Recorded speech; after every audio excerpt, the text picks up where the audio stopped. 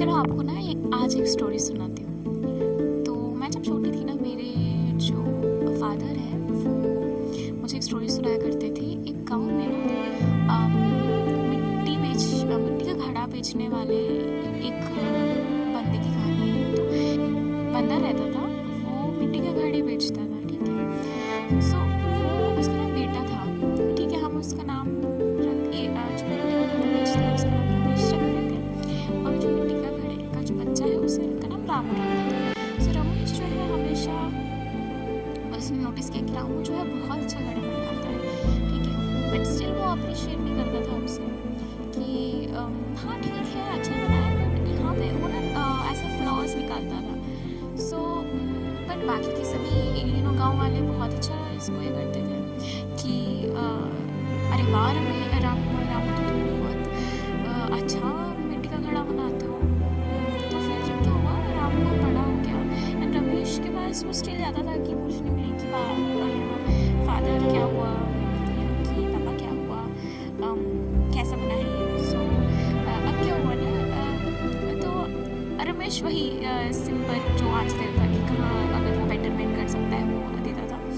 सो अब क्या हुआ, रमेश जो है वो ओल्ड हो चुका था। सो इसी वजह से वो घड़े और नहीं बना सकता था, वो रेस्ट लेता था, रामू बनाता था। एक दिन क्या हुआ, अब उस गांव में ना सभी जो है रमेश के हाथों के घड़े के लिए बहुत फेमस था। रमेश का घड़ा जो बहुत परफेक्ट था, बहुत अच्छा था, सब बोलते थे तो परफेक्ट है, बहुत अच्छा है। सो रामू को क्या हुआ ना कि वो भी लाइक हाँ मेरे से अच्छा तो कोई बना ही नहीं सकता, तो मैं बहुत अच्छा घड़ा बनाता हूँ, लाइक काइंड ऑफ लाइक हाँ। सो अब क्या हुआ ना कि धीरे धीरे ना उसके पास कस्टमर्स कम आने लग गए, लोग आने नहीं लगे, कम गए लोग आना। उसका बिहेवियर ख़राब हो गया, ठीक है। वो लोगों से रूडली बात करता कि देखो अगर लेना है तो लो, मुझसे अच्छा घड़ा कोई यहाँ बनाता नहीं है, लेना है तो लो वरना चलते बनो। अब कुछ महीने बाद उसका दुकान पूरा ही बंद पड़ गया एंड जो है रामू बोलता है रमेश को जाके कि पापा ऐसा क्यों हो रहा है, ही वाज टेंस्ड। रामू जो है टेंस्ड था, उसने अपने पापा से पूछा ऐसा क्यों हो रहा है। तो जो है रमेश ने बोला कि मैं तुम्हारी गलतियाँ इसलिए निकालता था ताकि तुम हमेशा खुद में इम्प्रूवमेंट ला सको, ठीक है। तुम में ये ईगो ना है कि हाँ मैं सब जान चुका हूँ, अब मेरे से श्रेष्ठ कोई है ही नहीं। बट क्या हुआ आपने तो देखा ही एंड सो दैट्स इट। उसके बाद स्टोरी आगे कभी मुझे मेरे फादर ने बताए नहीं, वो बताई नहीं, क्योंकि वो हमेशा आधा छोड़ देते थे, बिकॉज तब तक मैं सो जाती थी, रात को सोना था। तो मैं जितना मैंने सुना था मुझे याद है, उतना मैंने आपको बताया। सो क्या हुआ कि यहाँ पे ना दो नहीं कुछ चीज़ें हैं जिनका हमें ध्यान रखना है। कि पहली बात कि फर्स्ट ऑफ ऑल बहुत प्यारी स्टोरी है, आपको इस स्टोरी से क्या सीखने को मिला, क्या है चीज़ अगर आप इम्प्रूव करते तो अच्छे से आता। मैं आपको 5 मिनट देती हूँ, आप सोचिए और बताइए।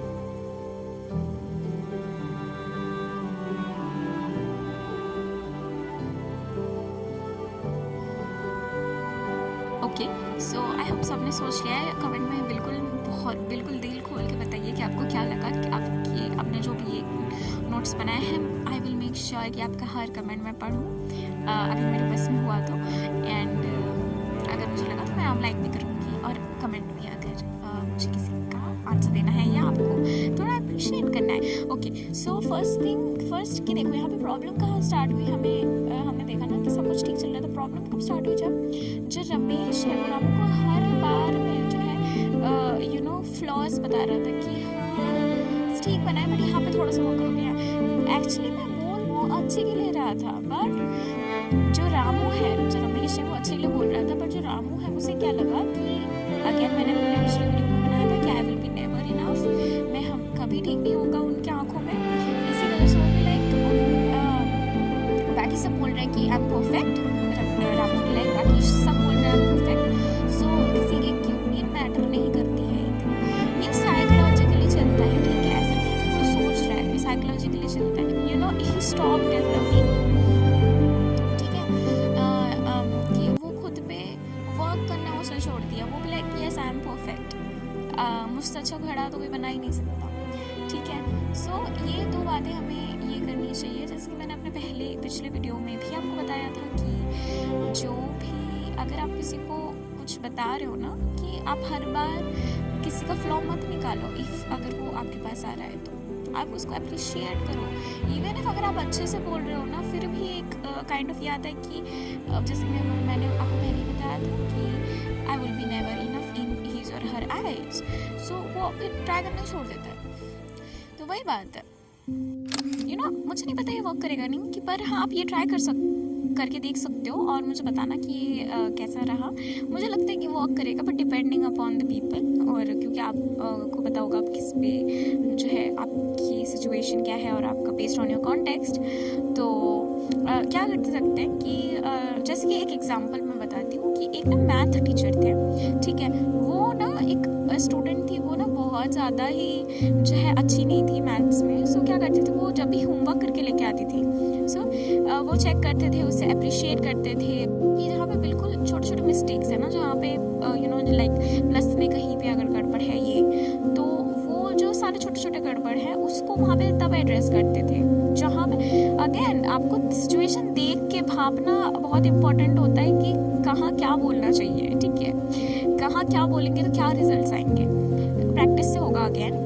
तो at the very end of the week Sunday के टाइम पे वो क्या करते थे, वो एक नोटबुक सारे स्टूडेंट्स देते थे उनके पास। उस नोटबुक पे ना थ्रू आउट द वीक जो भी मे बी हो सकता है जो बड़े मिस्टेक्स हैं या फिर जो भी रिपीटेटिव मिस्टेक्स है, ठीक है, उनको जो है वो लिखते थे स्पीक जब वो आए। सो दे मेक श्योर कि वो उस पर वो काम करें, वो ध्यान रखे कि वो मिस्टेक्स कहाँ पे वो कर रहे हैं, ठीक है। उनको अच्छे से वहाँ पर डिटेल में वो लिखते थे, डिटेल में बताते थे कि आप मिस्टेक्स कर रहे हो आप, और इवन अगर कोई प्रॉब्लम होती तो उनसे पूछ सकते हो। So it's a very nice thing. तो वो जब उन्होंने वो दिया ना वो प्रॉब्लम, सो वो स्टूडेंट्स जो है वो पूरा वीक जो ट्राई करते थे, एंड नेक्स्ट वीक में उन्हें उसका रिजल्ट मिलता था कि कैसा किया क्या क्या। एंड अगर उन्होंने उसको अच्छे से ये किया होता है, सो उन्हें गिफ्ट मिलता है एप्रिशिएशन, तो पहले भी मिलता था, बट और अगर नहीं भी कर पाते हैं फिर भी एप्रिशिएशन गिफ्ट मिलता है। So it's a very nice thing. अगर आप कहीं यूज़ करके देख सकते हो तो वेल एंड गुड, बताना ज़रूर मुझे कमेंट में। सो वही था कि हमें मैंने आपको बोला ना कि अगर, क्योंकि देखिए अगर आप हर बार जैसे आपको दिखाने आए, लेट्स सपोज मैं पेरेंट को बताती हूँ, अगर आपको बच्चा कुछ दिखाने आया है, राइट, कोई ड्राइंग और ये, आप उसको अप्रिशिएट करने की बजाय आप नुक्स निकाल रहे हो, उधर आप उसके फ्लॉज दिखा रहे हो। सो लाइक मैं अगर बच्चा होता ना, मैं अपने मम्मी पास आके लाइक मम्मी देखो कैसा बना है, and like I am seeing their faces, ठीक है, और वो क्या रिएक्ट करते, क्या रिस्पॉन्ड करते, उसके बेसिस पे मेरी खुद की इमेज बनी हुई है। हर बच्चा जो है देख के सीखता है, राइट, उसकी सराउंडिंग से, उसके पेरेंट्स से, उसको क्या रिएक्शन देते उसके पेरेंट, कहाँ पे क्या। सो यही सारी बातें थी। तो तुम जब वो पेरेंट कुछ ऐसे बोलते हैं, लाइक हाँ मुझे बहुत अच्छा बना है, लाइक ढीला ढाला सा कुछ अप्रिशिएशन, एंड वहाँ पे वो फ्लॉज निकालते हैं, देन ये तो मुझे बुरा लग जाएगा on that point of time. चलो पहली बार मान लो बुरा लगा भी नहीं, बट अगर वो कंटिन्यूसली ऐसा करते रहे ना, मुझे सच में बहुत बुरा लगेगा। बट ऐसा नहीं है कि आप अब ये सब सुनने के बाद बिल्कुल मत सोचना कि बच्चों अगर कोई गलती करे तो उसको एड्रेस ही मत कीजिए। नहीं, एड्रेस करने का भी बहुत अच्छा वे होता है, आपको करेक्ट मैनर में एड्रेस करना आना चाहिए, because you are dealing with another human being, you don't know what is in their mind and what's the thinking pattern, how they will take things. तो एटलीस्ट हम ट्राई कर सकते कि वो अच्छे से ले चीज़ों को, जैसे हम बोला जब लाइक वो ऐसा नहीं देखे कि हम जो उस पर काम करने को, जिस फ्लॉ पे हम काम करने को बोल रहे हैं, वो फ्लॉ पे वो काम करें, rather देन हमें ही जो है दुश्मन समझने लग जाए। हम ये नहीं चाहते कि हमको दुश्मन समझे, हम चाहते हैं कि जो फ्लॉ उस बच्चे में है या कुछ भी कोई एडल्ट हो, कोई भी ह्यूमन बीइंग हो, उसको वो करेक्ट करे, राइट, हम वही चाहते हैं। सो आई होप सो मैं अच्छे से समझा पा रही हूँ। एंड अगर ना कोई रामू जैसा कोई बनता है, मैं उनसे ना एक बात बोलना चाहती हूँ कि देखो मेरे बच्चे, आप ना, आई अंडरस्टैंड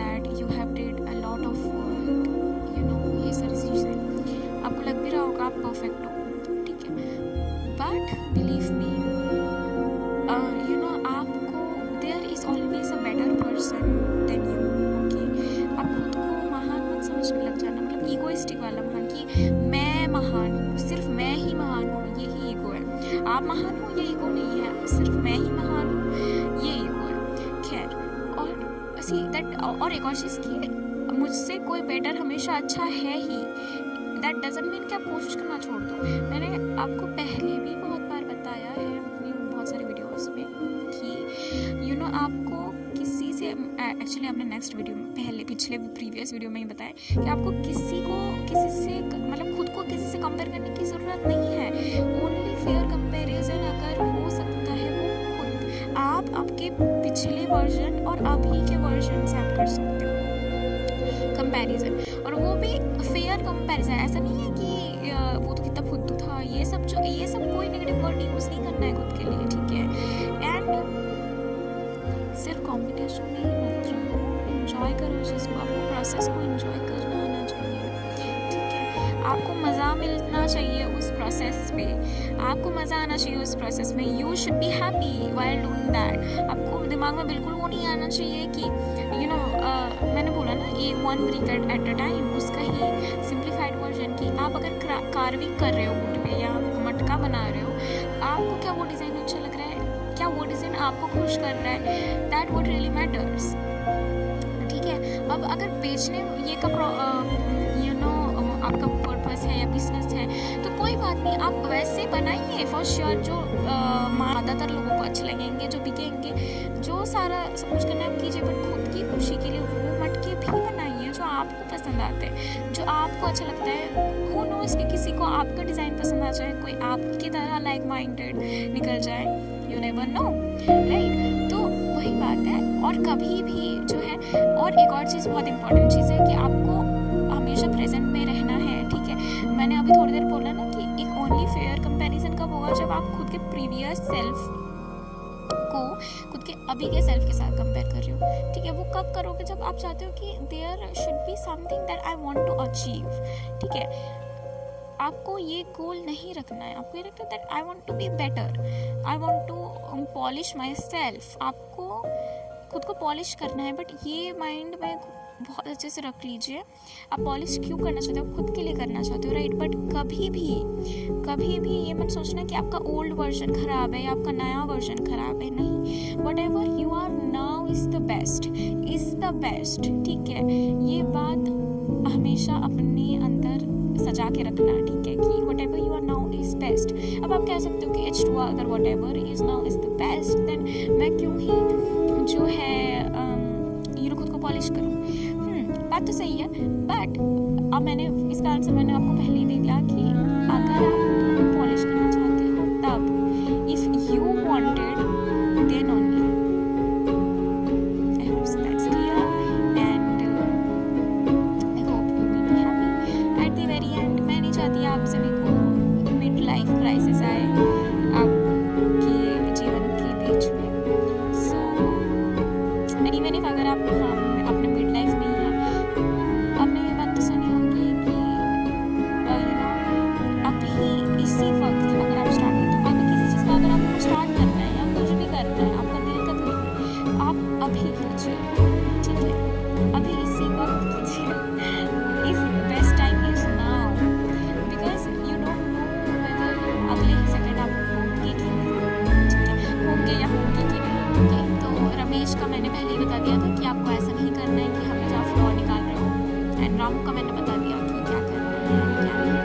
एंड दूसरों की बात जो रामू जी ने सुना ना, दूसरों की बात ना सुनो, ठीक है, उसको समझो कि वो क्या कहना चाहते हैं, उतारो पेपर में, if that's great, that work for you, and analyse करो खुद के बिहेवियर्स को ऑब्जर्व करो। आप खुद के बेस्ट फ्रेंड होने चाहिए। You should know your strength, weaknesses and all of the things that you should know, ठीक है। खुद के बारे में आपको सब पता होना चाहिए।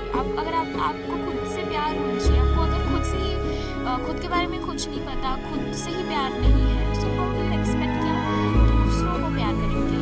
ऐसा मैं क्यों कह रही हूँ, क्योंकि हम जो होते हैं हम वही बाहर डिलीवर करते हैं, ठीक है। आप जितना ही रिफ्लेक्ट करने की कोशिश करें कीजिए और वही हो, ठीक है। सो अगर आप वही कर सकते हो, वही दे सकते हो जो अंदर से हो, अगर आप खुद से प्यार नहीं कर सकते, आप खुद का रिस्पेक्ट नहीं कर सकते, आप खुद से अच्छे से बात नहीं कर सकते,